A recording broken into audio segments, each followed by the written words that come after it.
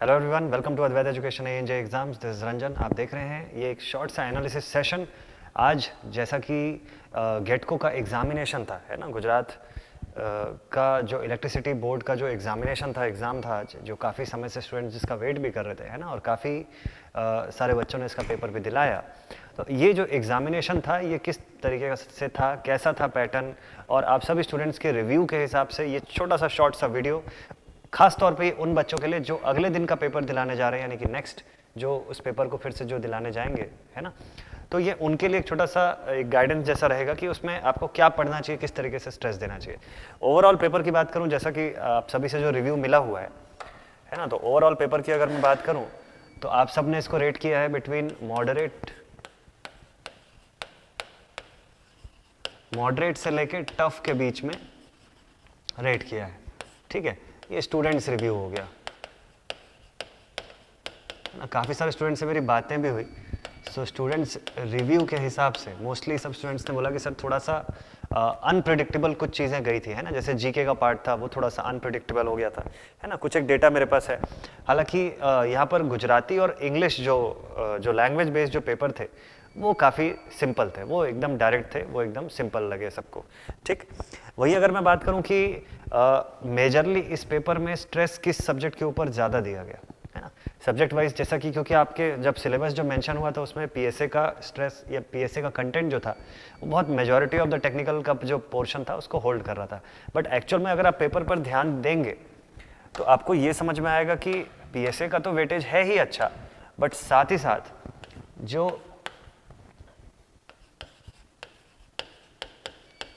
Basic electrical का form है ना, बेसिक इलेक्ट्रिकल का जो पार्ट है वो भी काफ़ी अच्छा है। मतलब इससे जनरल क्वेश्चंस बहुत सारे बने थे ना, इससे जो जनरल क्वेश्चन जो बने थे वो बहुत सारे थे आज के पेपर में। तो काफ़ी स्टूडेंट्स से ये समझ में आ रहा है कि जनरल क्वेश्चंस बहुत सारे, यानी कि कंसेप्ट बेस्ड। अब न्यूमेरिकल और थ्योरी के वेटेज के हिसाब से अगर आप डिफरेंस जानना चाहें तो क्लियरली यहाँ पर एकदम इसका बाइफर्केशन दिखता है कि पेपर थ्योरिटिकल था, यानी थ्योरी का weightage was high as compare to numerical was very less. लेकिन ये थ्योरी जो थी ना, practical and concept based theory थी। मतलब इस थ्योरी में भी दो चीज़ों के एस्पेक्ट पे आपको ध्यान देना होगा कि प्रैक्टिकल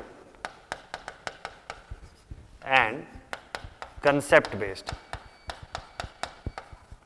मतलब अगर किसी चीज़ के बारे में आप पढ़ रहे हैं, है ना, जैसे बेसिक कोई टॉपिक हो गया, जैसे बैटरी चार्जिंग का टॉपिक हो गया, तो उसके बारे में अगर आप पढ़ रहे हैं तो प्रैक्टिकल उसके चार्जिंग से रिलेटेड, उसकी जो रेटिंग हम बताते हैं, अगर एम्पियर आवर के फॉर्म में बता रहे हैं तो वो किस तरीके का है ना, वो क्या होता है चार्जिंग में। अगर हम बात करें, जैसा कि आप लोगों ने देखा होगा रिवीजन क्लास के ड्यूरेशन में भी, जो ऐप के स्टूडेंट्स हैं वो जानते हैं, रिवीजन क्लास के ड्यूरेशन पे भी हम लोगों ने उसको थोड़ा बहुत डिस्कस किया था, कुछ टॉपिक्स उसके जब देखे हुए थे तो उसमें कुछ एक पॉइंट्स पर हम लोगों ने स्ट्रेस किया था कि ये जो पॉइंट्स है ना ये बड़ा इंपॉर्टेंट है।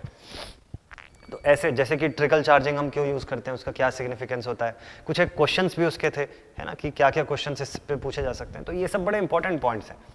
तो इनके ऊपर जो प्रैक्टिकल पार्ट का जो बेस होता है ना, प्रैक्टिकल थिंग के ऊपर बेस्ड कि भाई बैटरी चार्जिंग में ट्रिकल चार्जिंग का कंसेप्ट क्या होता है ना, ट्रिकल चार्जिंग से क्या प्रोवाइड होता है, तो ऐसे सब क्वेश्चंस भी काफ़ी आए हुए थे, इस तरीके के क्वेश्चंस भी आए हुए थे।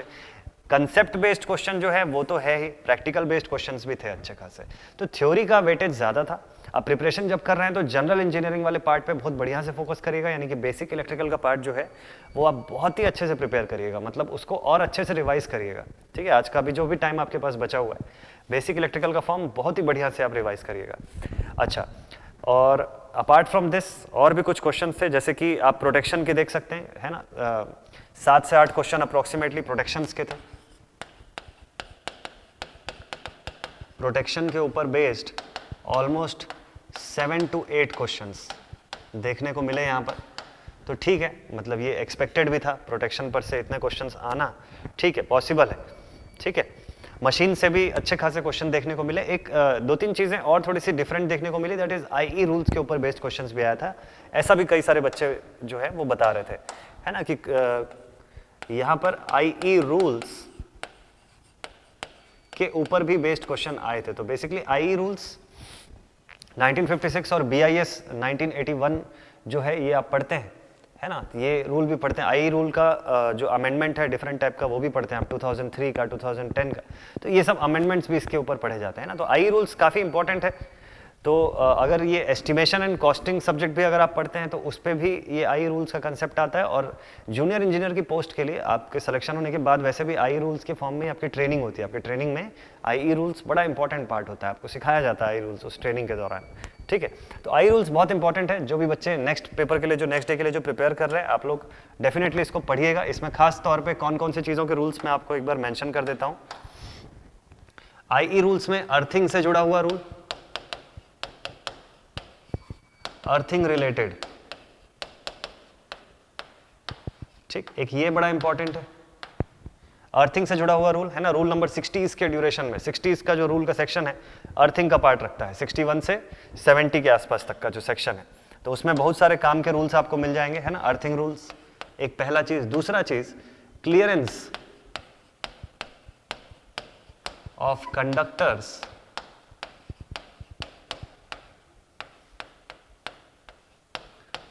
From ground, clearance of conductors from ground. Ground clearance के ऊपर बेस्ड जो क्वेश्चंस आते हैं ये भी बड़े इंपॉर्टेंट है। एचवी लाइंस के लिए अलग है ना, एचवी एंड ईएचवी लाइंस के लिए अलग हैं, low and medium supply voltage systems के लिए अलग गाइडलाइंस है। तो कितने मीटर्स का क्लियरेंस वहाँ रिक्वायर्ड होता है, बिल्डिंग से कितना क्लियरेंस रिक्वायर्ड होता है, इस तरीके के क्वेश्चन आते हैं। कौन सा रूल क्लियरेंस फ्रॉम ग्राउंड, अगर सपोज कर लीजिए कि लो वोल्टेज सप्लाई लाइन है तो कौन सा रूल उस पर डील करता है। तो रूल नंबर के साथ आपको ये चीज़ याद रहना चाहिए।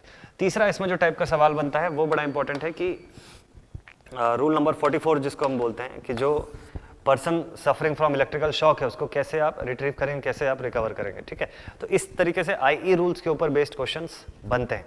ठीक है, अपार्ट फ्रॉम दैट जीके का पार्ट काफ़ी सारे स्टूडेंट्स ने बोला नॉन टेक पे अगर जाएं कि थोड़ा सा अनएक्सपेक्टेड उन्हें लगा, लगभग 2 क्वेश्चन के आसपास पॉलिटी से उनको दिख रहे थे। जीके एंड कंप्यूटर पर थोड़ा सा आप लोगों ने बोला कि थोड़ा सा आपको टफ लगा, बट ठीक है।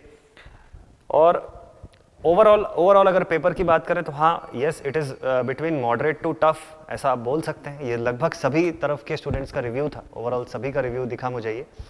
ठीक है, तो नेक्स्ट डे के लिए अगर आप प्रिपरेशन कर रहे हैं तो आपको क्या क्या टिप्स दिया जा सकता है। तो सबसे इंपॉर्टेंट थिंग है ये है कि अभी लास्ट मोमेंट पे न्यूमेरिकल पे बिल्कुल भी ज़्यादा फोकस मत करिए। ज़्यादा फोकस आपका किस पे रहना चाहिए, बेसिक्स पे होना चाहिए, बेसिक चीज़ों की कंसेप्ट्स के ऊपर। हर चीज़ का जितना जो बेसिक लेवल आप जानते हैं, बेसिक कंसेप्चुअल थिंग जो जानते हैं वो बहुत अच्छे से रिवाइज कर लीजिएगा, है ना, नेक्स्ट डे के पेपर के हिसाब से। दूसरा आईई रूल्स वगैरह का फॉर्म आप देख लीजिएगा, है ना। प्रैक्टिकल बेस्ड जितना भी थ्योरी आप पढ़ेंगे उसमें से उसका प्रैक्टिकल एस्पेक्ट जो होगा उसके फॉर्म में आप पढ़िए, वो ज़्यादा इफेक्टिव रहने वाला है आप सभी के लिए। ठीक है, और न्यूमेरिकल्स पे बहुत ज़्यादा फोकस करने की जरूरत नहीं है। पावर सिस्टम से भी क्वेश्चन, यस पावर सिस्टम से थे ठीक ठाक क्वेश्चंस, मशीन से भी अच्छे खासे क्वेश्चन थे, बेसिक इलेक्ट्रिकल, ये 3 मेजॉरिटी ऑफ क्वेश्चंस जो था वो टेक्निकल में होल्ड किया हुआ था। ठीक है, तो ठीक है, मुझे लगता है कि और बेसिक इलेक्ट्रिकल से भी आप देख ही रहे थे, बेसिक इलेक्ट्रिकल से जो जनरल इलेक्ट्रिकल वाले जितने जो क्वेश्चंस थे वो भी बन रहे थे, अलग अलग लॉज या थ्योरम्स के ऊपर बेस। कुछ सर्किट सॉल्व करने वाले भी कुछ एक सवाल आए हुए थे, जैसे कि जिसमें से सपोज कि करंट वगैरह फाइंड करना था, तो इस तरीके के भी कुछ क्वेश्चंस थे, है ना। तो जैसे एक इस तरीके का एक क्वेश्चन था, ऐसा एक क्वेश्चन था,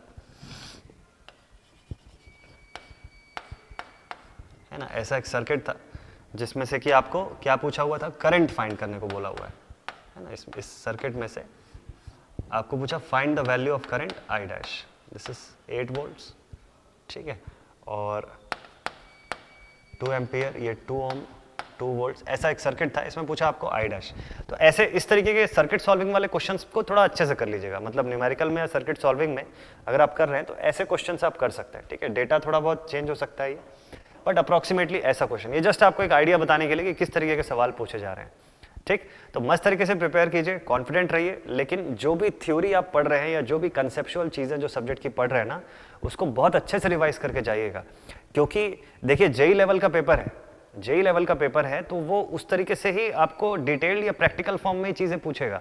तो एकदम मस्त से क्लियर रखिएगा माइंडसेट। बहुत ज़्यादा डीप पे जाके या बहुत ज़्यादा बड़े बड़े न्यूमेरिकल बनाने की आपको नीड नहीं है, लेकिन कंसेप्ट बहुत अच्छे से क्लियर होना चाहिए, कंसेप्ट बहुत ही अच्छे से क्लियर रहना आपका ज़रूरी है चीज़ों पे। ठीक है, तो इस तरीके से आप प्रिपरेशन कीजिए, है ना। आप लोग जो भी स्टूडेंट्स जो नेक्स्ट पेपर दिलाने वाले हैं, तो आपके लिए आई होप कि ये रिव्यू जो होगा वो इफेक्टिव साबित होगा।